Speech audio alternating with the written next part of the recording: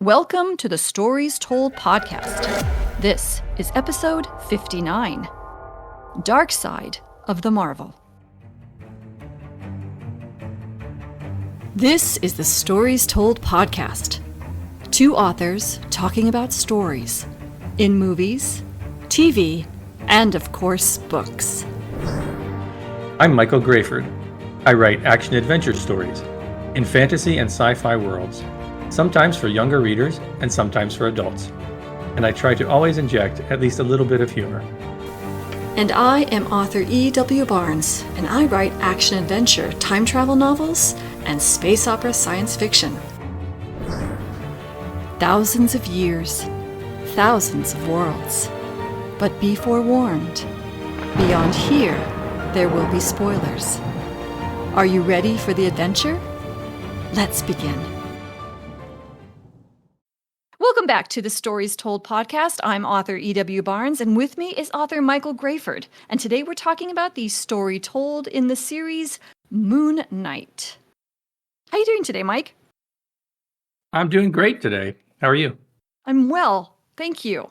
And what's new in your writing world? In my writing world, it's the same as it's been. So nothing new, I guess.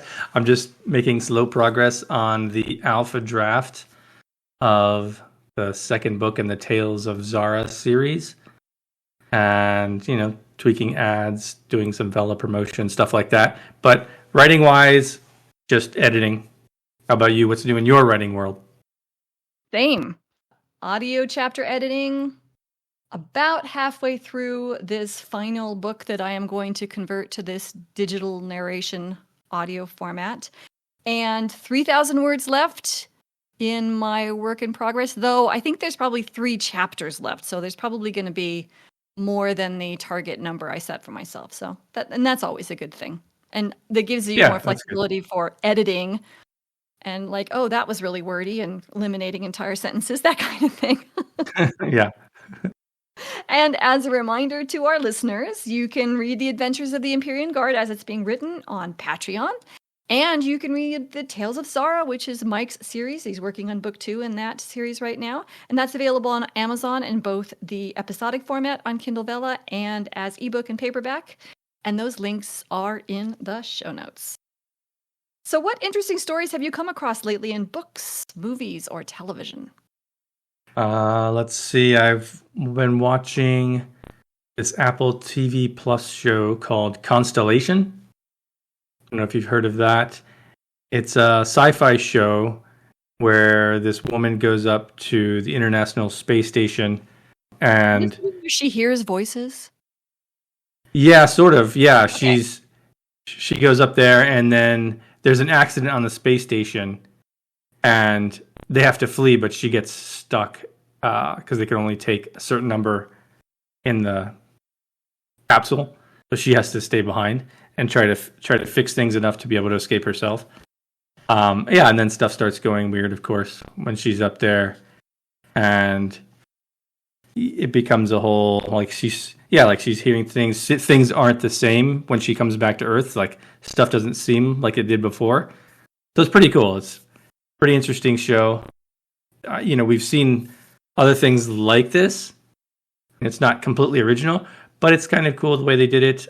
I think the last episode of the season comes out today, actually, so I can't say how it ends. It seems like it's going to be just a one-season show, like they're going to wrap up the story. It would be weird if it didn't, I think, but I don't know. I guess I'll find out. Anyway, yeah, it's pretty cool. Yeah, so I think that's what I've been watching. How about you? What interesting things have you been watching or reading? Well, we finished the second season of Halo. The last episode came out, so we watched that. So that's done. And for our listeners, we will be talking about Halo next week, I believe. So if people are interested in hearing our thoughts about the story told so far in that series, you can join us in the next podcast.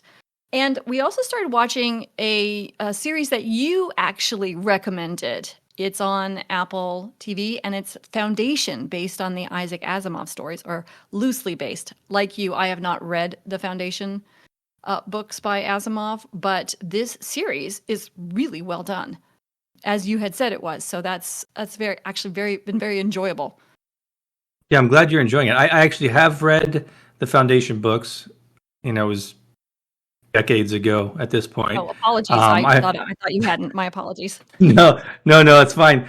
I remember very little of them, but I remember enough to know that the TV show definitely does not strictly follow that story. It's more like it takes inspiration from it, from the high concept, and then sort of does its own thing, which is probably a good thing. I mean, those stories are for a much older audience. They're written like, I don't know, 70 years ago or something now, quite a while ago. So yeah, they do their own thing. I think it's respectful to Asimov's work, even still. Yeah, I'm glad you're enjoying it. Yeah, very much. And the other thing that we enjoyed is we went to see Dune 2 in the theater. Have you seen it yet? No, I haven't seen the first one yet, even. Oh, you What need did to you see think? it. You need to see it. It was astonishing. It was. I heard somebody say that they lost themselves watching it. And I understood what that person meant because the story, the movie, the music, the cinematography, I mean, everything sort of just felt like you were actually there Oh, in cool. in the universe. It was mind-boggling. And I will also say, and I don't want to give any spoilers because this is still in the theater and it's going to be in the theater for a while, I think. I don't think they're planning to release the DVDs or release it for streaming until not for another couple of months. But I've read the entire Dune series. And so, I know what happens next. And I think they left us at the end of this movie in exactly the right place to make it a very satisfying story if this is where they stop, and laying the framework for moving forward if they craft another movie in this series. I thought that was really well done. Ah, cool. I just assumed that there was going to be three. I don't know why. I think just because I'm so trained to see trilogies, I just figured that would be the case. That's sort of the plan, but I did also see an article that interviewed the director, Denis Villeneuve. He said that he would do the third film if it could be better than the second film. And I got to tell you, the second film was so amazing that that's a high bar to set for himself. Yeah. So Wow. there we are. Cool. Yeah, I'm looking forward to it then. And I will also say this. There was something about, and I don't know how to describe this, but there was something about the film that reminded me of Everything Everywhere All at Once. Not so much in the story or in the, obviously the concepts are entirely different between these two films. Yeah. But sort of the reaching for the kind of cinematographical film, I'm going to say that instead, reaching for the film perfection that I sensed they were trying to do.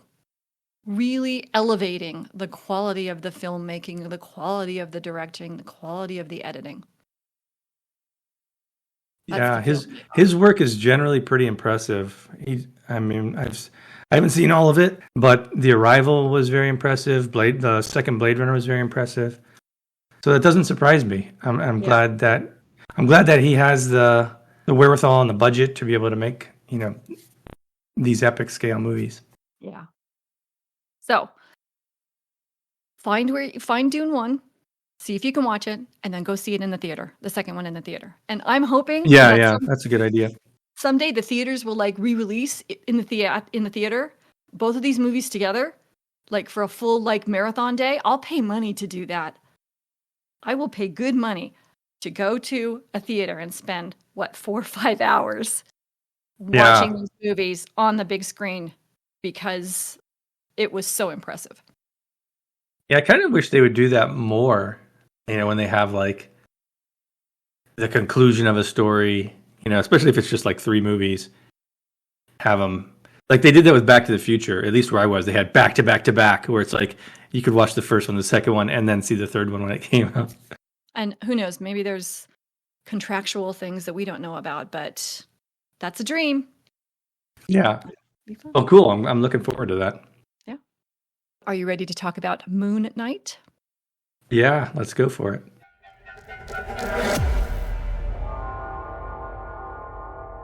Today we're talking about the story told in the Marvel series Moon Knight, and I'm going to read the synopsis that comes up when you type Moon Knight into Google. Stephen Grant and mercenary Mark Spector investigate the mysteries of the Egyptian gods from inside the same body. So did you like this series, Mike? You know, I'm mixed on this one. I definitely. Well, let me talk about the things I like, and then we can talk about things that I felt could be improved. So, first of all, I don't know anything about this character from the comic books. I'd never heard about Moon Knight, even, so I'm not comparing it to that. I'm just just looking at it from a completely new standpoint of okay, introduce me to this character and let's see where it goes. I thought the opening of the story is very cool. It's very fun. I love how he has sand around his bed. Sort of like already kind of tying it into the Egyptian desert sands kind of thing. And I like that they set up a good sense of mystery in the first episode. And there's mystery, there's action. We get a sense of his character, or one aspect of his character. We get introduction to Egyptian mythology. We see how he's connected to it at the museum. And I think they do a good job of setting things up in that opening episode or two without bashing you over the head with it, without just like spelling it out for you. They let you kind of figure things out as the story goes, which I really appreciate. That opening intrigued me, and it made me want to watch more. That first episode I was like, okay, I'm invested. Let's see where this goes. I thought it was cool. And I think they carried that through for the next couple episodes. So I liked that. And one of the things I thought that was kind of cool in this show was sometimes, you know that I love humor, right? Like we talk about this a lot. But I do feel that sometimes Marvel forces it in where it's not warranted. And it feels a little, I don't know, like it's required. Okay, we need a humor element here now. Versus having it flow naturally with the story. And I felt like in this show they didn't go overboard with that. It definitely takes a darker tone and maintains that mostly throughout. There are elements of humor, and there's a couple points where maybe it wasn't quite necessary, but I felt they tried to keep true to that tone, whereas in some other Marvel shows and movies, maybe they go overboard with it, and I don't think they did that here. So that was good. Overall, I thought it's a cool show. It's very different. The character's interesting. Again, also very different. I like, it's another example of Marvel taking more of a chance with their TV shows. We had some different shows with WandaVision and Loki and things like this that were kind of out there. And this one, again, it feels like a very different type of story. So I like that. I love that they're taking chances doing things outside of the Marvel norm. I think they have a good setup here. I would definitely be interested in seeing a season 2, though I have some issues with this season, which we'll get to in a bit. So, yeah, there's definitely aspects I like, but I would like to hear what you think. What did you like about this show, and did you like it overall? I did like it overall. It is a much darker feel than we were accustomed to seeing from Marvel at that point when this came out. This came out in 2022. And we were just starting to see some of the Marvel television series as they were coming out. And so I too think that this was very brave of Marvel, and really appreciate them delving into this character and this storyline. And I thought they did a really good job of very thoughtfully and respectfully examining this character's story in a way that we really rooted for this character. We wanted this character to succeed. And I love how they started us off with Steven. Steven is sort of like Poe in Kung Fu Panda. He's a very relatable character. He's a guy trying to figure out what's going on in his life, and things are messed up. We all have points in our life where we feel like things are a mess. And so he was very relatable, very sympathetic. We wanted to know what was going on with him. We were rooting from him essentially from the get-go, and I really enjoyed that. I also enjoyed how when we found out what was going on, that, Stephen and Mark are essentially two personalities in the same body. It was a really clever way of taking the internal conflict that you usually see in a good character arc and making it external. You had two people there who, by the way, Oscar Isaac was so brilliant that I actually believed there was two people. I mean, there were times where I completely forgot that this was a single actor playing in a very cleverly edited way. It felt like two individual people, and that was incredible. I don't think that this television series could have pulled off what it did without the brilliant acting of Oscar Isaac. I mean, it was amazing. So I really enjoyed that they had this internal conflict made external. It kind of reminded me a little bit of Inception, where we had, the internal conflict of the guilt of Mal's death being made external in the dream sequence, with Mal actually appearing as a character in the dreams. And so we have this similar structure where we have the internal conflict of the trauma and the pain and the fear being made external through this personality. The other thing that I thought was really brilliant was that we connected with Stephen from the get-go, and Mark appeared to be the interloper. And then as this show progressed, we realized that Mark was the actual original personality, and Stephen was the personality that Mark crafted to protect himself. And I thought that was a brilliant twist, because we didn't see it coming. I didn't see it coming. And I thought that was really, really well done. So, I think overall, I really enjoyed the series as a whole. I thought it was engaging. I agree with you that the mystery was definitely kept you going. I mean, I kept going, even though there were times I didn't want to keep going, and we can talk about that in a minute. But I did keep going because I wanted to know what the answers to the questions were. So, yeah, I think this is overall a good story. What might you have changed as a writer? Yeah, there's a number of things that I would change. The first thing that really hit me that stood out was the trial scene when they go to the pyramid and they're trying to get Harrow stopped, whatever that would involve, and they're meeting with the other Egyptian gods there. That sequence was so bad. I feel like they could have just cut it and it wouldn't have missed much. It just didn't make any sense. You have... Yeah.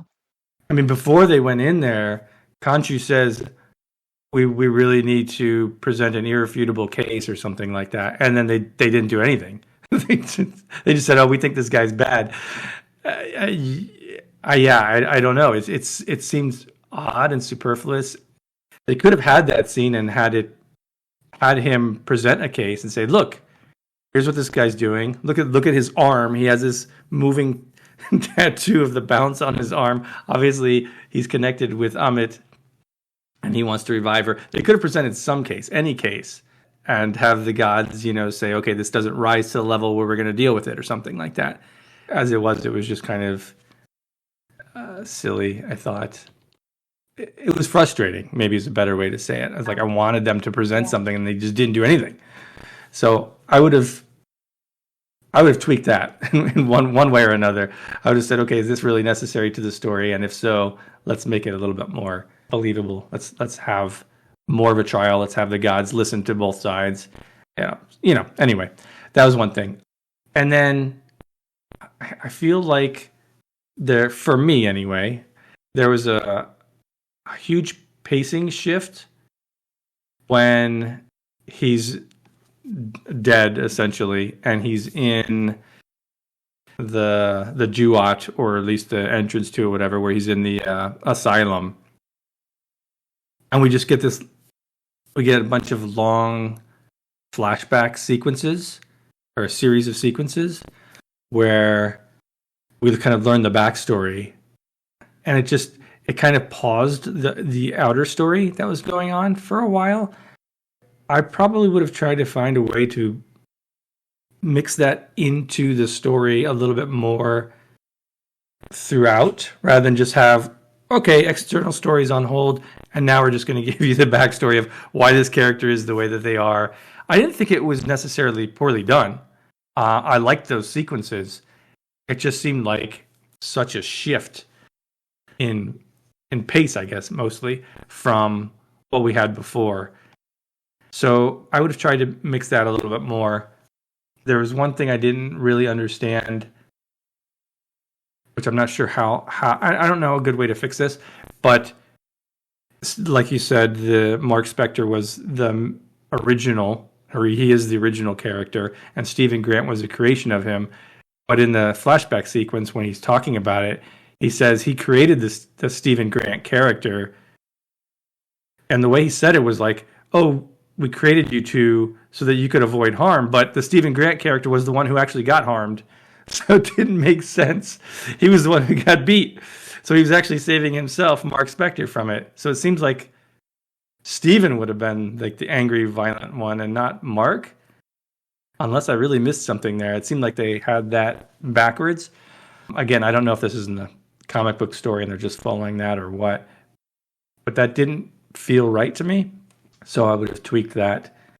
And then when they're in the asylum and they see the other sarcophagus and they just walk by, like you just opened one and you saw that there's a personality in there and you're just ignoring this other one. I didn't believe that. I would have either added much more pressure to that scene to make them really have to run and avoid that thing, or have them try to open it and they can't. Like, this thing is just locked away, you don't have access to it. That would have made sense too. But just ignoring it seemed kind of silly. It's obvious they put it there to let us know, hey, there's another personality, which we kind of already had a sense of before anyway. Again, that was just like another frustrating thing. The figurines that they create to hold the gods, like, oh, they locked Khonshu away in this, little figurine, little sandstone figurine thing. And how do we get him out of this? Oh, we just break it. That was just super lame. So an earthquake comes and those things all fall off and all the gods are just released. That was ridiculous. Again, another frustrating moment that pulled me out of the story. It should have been some kind of ritual or something to get the god loose, not just, I just drop it on the ground. I mean, and these things aren't like difficult to fix. So like frustrations were building for me toward the end of the story. Even like when Layla becomes an avatar of the hippo, she gets golden wings. Like, what does that have to do with the hippo? Why is that the case? I don't know if that's comic book accurate, but it didn't really make sense. I don't know what you would do with a hippo. You get like hippo powers. I don't know. She certainly looked cool. It seems like a character that they're setting up for the future, which, hey, that's cool. I wouldn't mind seeing her in the future. She was a cool character. But I felt like also the all that stuff, it's like little things that pulled me out of the movie. But honestly, I could have kind of run with much of it, other than the pacing issue is a bigger thing. But the thing that really got to me at the end was the climax. I felt like the story got muddled toward the end. It seemed, well, and we'll talk about this when we talk about theme, but itself, I felt was a letdown. It was just a fight. Like, what are we doing? We're just, fighting. We're whacking each other around. I wanted them to see, given like the nature of the show being such like about internal conflict, like you mentioned earlier, and thinking about what was going on and this mystery that was set up, it seems like all that just went out the window. There was no thinking about how to deal with this issue at the end, or figuring things out, or coming up with something clever, or having to balance something, because they mentioned balance a lot, or a moral dilemma, or a tough choice to make. No, there was just a fight, and then the other character ended up saving him at the end. I thought that whole climactic sequence should have had more thoughtfulness to it, to how the characters dealt with the problem that they were facing. And then at the very end, when they bound Amit, they cast some spell. Like, where did they get this spell from? Like, all of a sudden they just know this spell to bind this.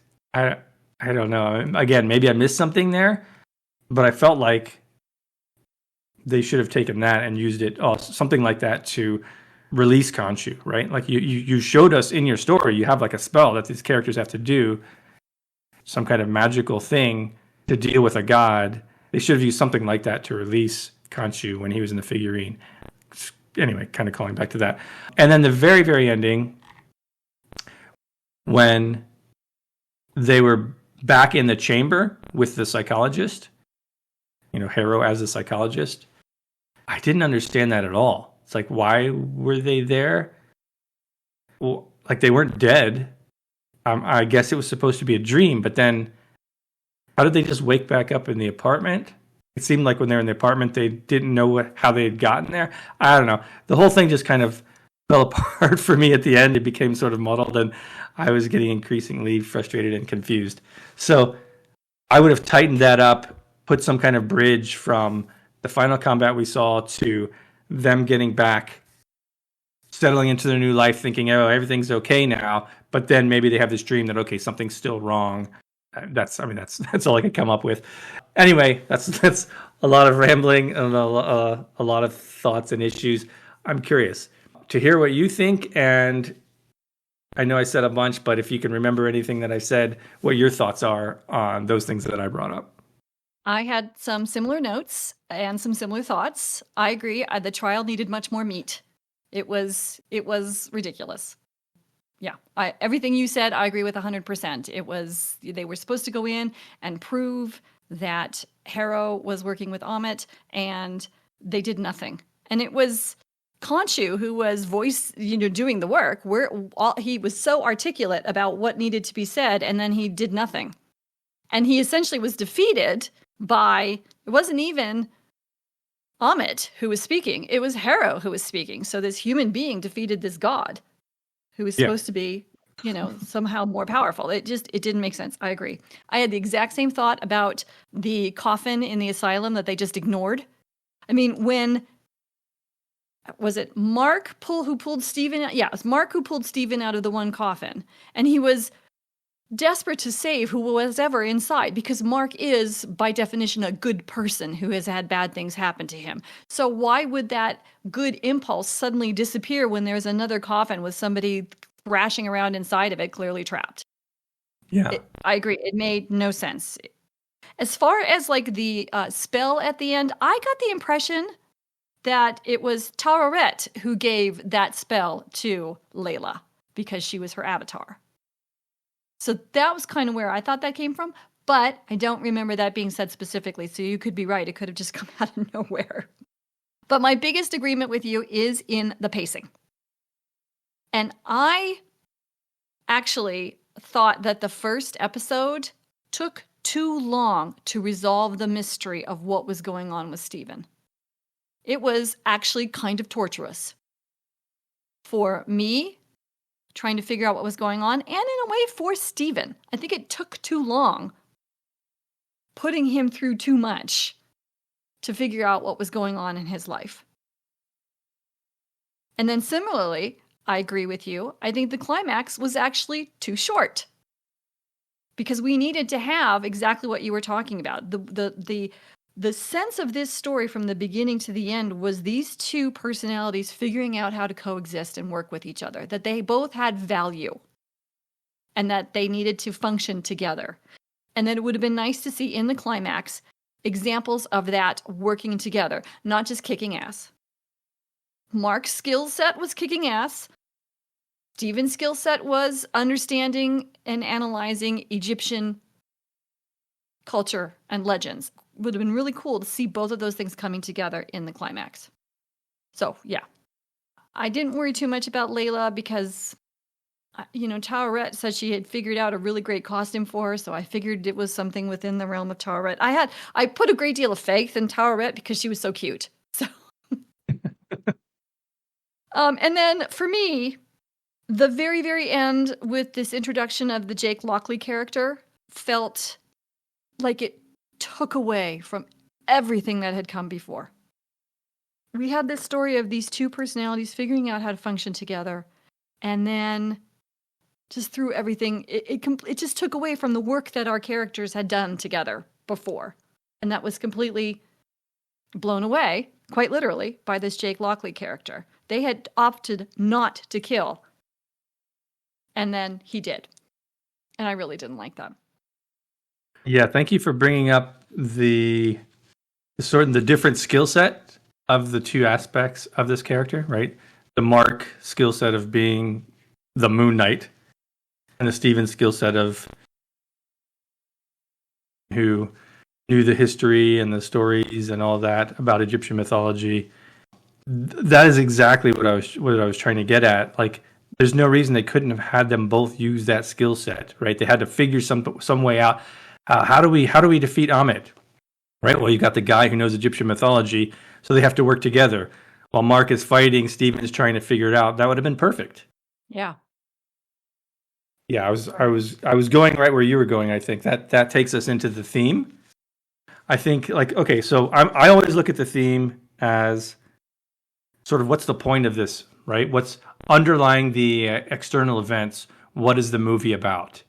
What is the statement of universal truth that this movie is making at the end of the story, right? In the climax, and typically in that climactic moment where the character has to do something crazy that shows that they've learned their lesson, and that points us toward what the theme of the story is. So I think this is one of my core frustrations with this. It gets very muddled at the end, right? Normally, once your hero overcomes their wound or their flaw, whatever they're struggling with internally, then they're able to find success and overcome the external conflict in the story. But that doesn't really happen here, because you have I guess we kind of get that when they're in their duat, and Mark, essentially says, he stays behind with Steven, says he needs him, and then for some reason the doors open up and they're able to leave.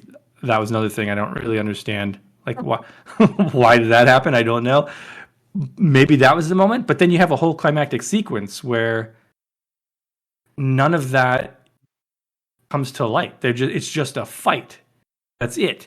So it sort of muddles that message.